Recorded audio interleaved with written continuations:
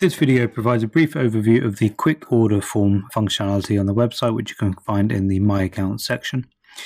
This feature allows you to quickly place replenishment orders in three main ways. The first option is to use the list on the left-hand side where you can tab through by product code and quantity.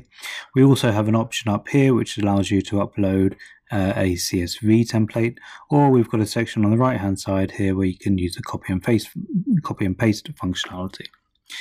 Let's look at the first option. If we know the item codes, we can quite quickly tab through and add the codes and the quantities as we go along. And once we're done, we can scroll down and click Add via Product Code. The system then goes through a verification process where it identifies everything that was in stock and out of stock. In this case, everything was in stock. From there, you can click View Basket, and you can see that everything has been added to the basket here. If we go back to the feature here, the second option is to upload a CSV template. So you can download the template from clicking on this button here.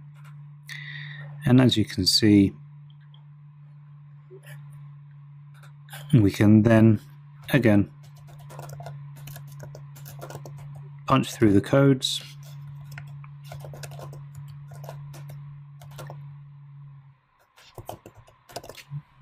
and so on. Once you get back to the page, if you save that, which I did earlier, we can then upload a CSV template here by double clicking. Again, we go through the same verification process. In this example, there was one item that was not in stock, which is the A0200.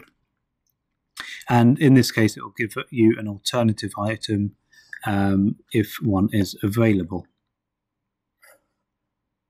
Again, if you go to the basket page, you'll see everything added to the basket.